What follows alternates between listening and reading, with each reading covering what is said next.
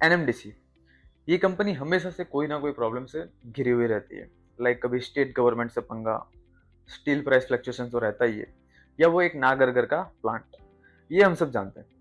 अभी कंडीशन कहीं ना कहीं सुधरती हुई लग रही है। अगर आप FY 26 का जो मार्च क्वार्टर है वो अगर आप देखो और दिसंबर क्वार्टर देखो, उसके पहले का क्वार्टर, अगर आप रेवेन्यू और प्रॉफिट कंपेयर करो तो अच्छा खासा जंप आपको देखने मिलेगा। और पिछले काफी समय से स्टॉक प्राइस में भी लगातार ग्रोथ आती हुई दिख रही है। तो ऐसा लग रहा है कहीं ना कहीं कंडीशन यहाँ पे सुधर रही है। देखो, इस कंपनी को रडार में रखना चाहिए। भले आप इसका एक डिटेल एनालिसिस करो या ना करो, कुछ फंडामेंटल्स देखो या ना देखो, टेक्निकल देखो या ना देखो, किसी न्यूज का इन्फ्लुएंस हो या ना हो, या फिर मैनेजमेंट कुछ बोले या ना बोले, एक सिंपल एंड डैम फैक्ट इस कंपनी के रिलेटेड क्या है, ये इंडिया की लार्जेस्ट आयरन और माइनिंग कंपनी है, एनएमडीसी। आयरन और वो मटेरियल है जिससे कि स्टील बनता है। स्टील के हजारों यूज केसेस है, बिना स्टील के मैन्युफैक्चरिंग इंडस्ट्री सर्वाइव नहीं कर सकती है। और इंडिया मैन्युफैक्चरिंग हब बनने की दिशा में आगे बढ़ रहा है। बहुत ही रेयर केस होगा ऐसा कि जहाँ पे स्टील का यूज नहीं होगा। अगर आप बोलोगे हाँ ठीक है, हम जो शूज पहनते हैं उसमें स्टील नहीं होता है, ऑब्वियसली नहीं होता है, लेकिन जिस मशीन से वो शूज बन रहा होगा, बहुत ज्यादा चांसेस है कि उसमें स्टील होगा ही होगा। सो कहने का मतलब कि इकोनॉमी को चलाए रखने के लिए स्टील एक प्राइमरी कमोडिटी है, और स्टील बनता है आयरन ऑर से, और आयरन ऑर बनाती है एनएमडीसी, जो कि सबसे बड़ा प्लेयर है। सो ये एक लिवरेज तो है कंपनी के पास। ऐसे कई फैक्टर्स हैं जो कि इस कंपनी को आउटशाइन करते हैं। लाइक एक डिसेंट कॉम्पिटिटिव एडवांटेज इस कंपनी के पास, वो है लोअर माइनिंग कॉस्ट। ये इतना लोअर कॉस्ट है इनका कि वर्ल्ड में one of the best cost advantage मिलता है एनएमडीसी को। 500 रुपीज पर टन, मतलब $6 से $7 में ये एक टन आयरन और माइन कर लेते हैं।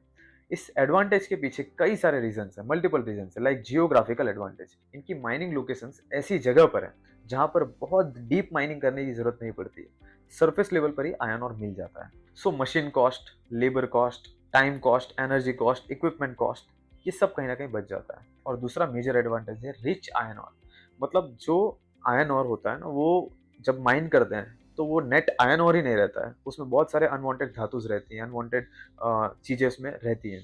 सो उसे प्योरीफाई करना पड़ता है। लेकिन एनएमडीसी के केस में 65% जो है उस मटेरियल में प्योर आयरन और रहता है।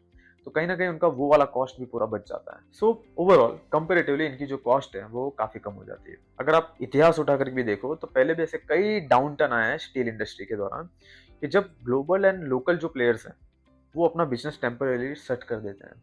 क्योंकि जब स्टील प्राइसेस बहुत कम हो जाती है तो आयरन और के प्राइसेस भी प्रोपोर्शनली कम करने पड़ते हैं, और ऐसे टाइम पे बहुत सारी कंपनीज को बंद करना पड़ता है टेम्परेली बिजनेस को।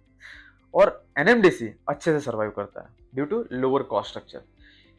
वाइस इन्वेस्टिंग थीसिस का एक पार्ट ये भी है कि ऐसी कंपनी पसंद करो कि जो खराब से खराब समय में भी अपने बेस्ट सर्वाइवल मोड में ऑपरेट कर सके। FY 26 में एनएमडीसी ने मैसिव 21% का वॉल्यूम ग्रोथ दिया है।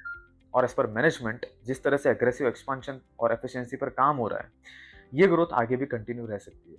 अब देखो, नो डाउट मेरिट्स तो स्ट्रांग है कंपनी में, बट फिर भी वैल्यूएशन यानी कि पी रेशियो अगर आप देखो तो 10 के आसपास है।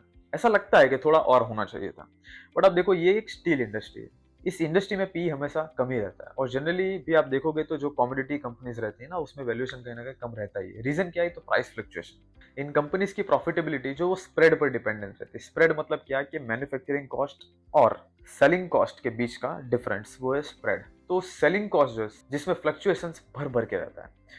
सो ये एक रिस्क मेन रीजन है उस वैल्यूएशन को अब्सॉर्ब करने के लिए, इसीलिए वैल्यूएशन कहीं ना कहीं कम रहता है।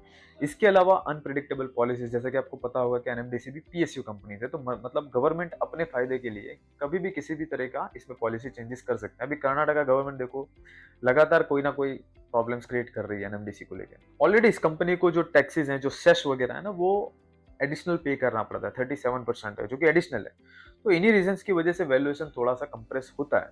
बट फिर भी पी 10 है, और इंडस्ट्री पी अगर आप देखो तो 15 के आसपास है। तो अभी भी एक गैप है जो दिखाई दे रहा है।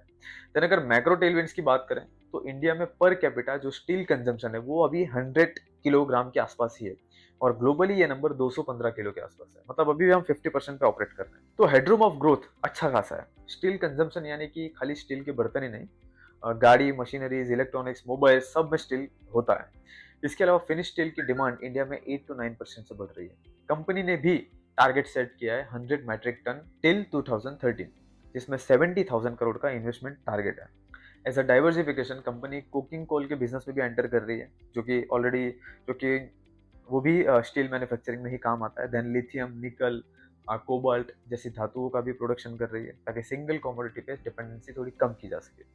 इस कंपनी में डिविडेंड भी अच्छा खासा है, 4.25% के आसपास का डिविडेंड यील्ड है, जो कि एक अर्निंग सपोर्ट देता है।